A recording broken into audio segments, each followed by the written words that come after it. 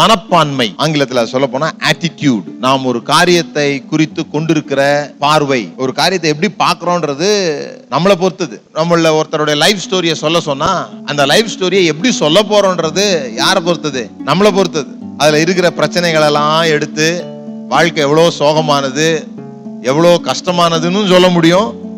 வாழ்க்கை எவ்வளவு சந்தோஷமானதுன்னு என்ன பண்ண முடியும்? சொல்ல முடியும். நாம என்ன சொல்ல விரும்புறோன்றதை பொறுத்தது அது.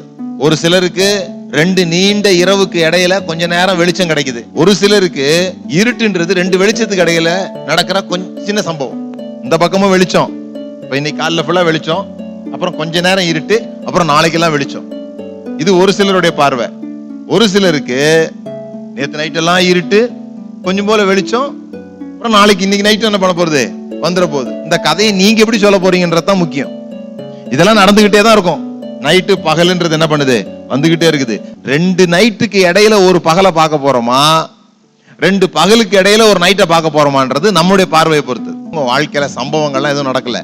நடந்ததை நீங்க எப்படி பாக்குறீங்களோ அதுதான் சம்பவம். நடந்ததை நீங்க எப்படி பாக்குறீங்களோ அதுதான் சம்பவமே தவிர உண்மையிலே உங்களுக்கு என்ன நடக்குதோ அது இல்ல சம்பவம். அது காலையில பகல் மாதிரி அது டெய்லி நடந்துகிட்டே இருக்குது, வந்துகிட்டே இருக்குது, போயிட்டே இருக்குது. இப்ப நேத்து நைட் வந்துச்சா இல்லையா? இன்னைக்கு காலைல வந்துச்சா? நீங்க விரும்பினாலும் விரும்பலனாலும், பரிசுத்தவனா இருந்தாலும் பாவியா இருந்தாலும் என்னவா இருந்தாலும் இது மறுபடியும் நைட் வரப்போகுது. ஆனா நீங்க சொல்லும் போது எப்படி சொல்லலாம்னு சொன்னா, வா 2 பெரிய இருட்டுக்கு இடையில கொஞ்சம் போல வெளிச்சம் கிடைச்சது அப்படின்னு சொல்லலாம். அல்லது 2 வெளிச்சத்துக்கு இடையில கொஞ்சம் போல இருட்டு வந்துட்டு போயிடுச்சு அப்படின்னு சொல்லலாம். இது நீங்க சொல்றதை பொறுத்தது. எல்லாம் பக்கத்துல பார்த்து சொல்லுங்க. உங்க கதைக்கு நீங்க தான் டைரக்டர். அது நீங்க எப்படி சொல்ல போறீங்கன்ற, நீங்க எப்படி நரேட் பண்ண போறீங்க, அந்த கதையை நீங்க எப்படி எடிட் பண்ணி நீங்க எப்படி அதை சொல்ல போறீங்களோ அதை பொறுத்து தான் கதை வெற்றிகரமா ஓட போதா பிளாப் ஆக போதான்றது. படம்லாம் எடுத்தாச்சு, ரோலா கிடக்குது. நீங்க எப்படி எடிட் பண்ணி ஒட்ட போறீங்க? குழப்பம் ஒட்ட போறீங்களா அல்லது த்ரில்லிங்கா ஒட்ட போறீங்களா அப்படின்றது உங்களை பொறுத்தது. சோ எங்க மாற்றம் உண்டாகணும் அதுதான் மனம் திரும்புதல். அதை தான் எல்லாம் சொல்றோம். எங்க மாற்றம் உண்டாகணும்? மனதுல. அதுக்கு பேர் தான் repentance. Change your thinking pattern. நீங்க ஒரு காரியத்தை குறித்து சிந்தித்துட்டு வரீங்க, அந்த சிந்தனையில மாற்றத்தை என்ன பண்ணுங்க?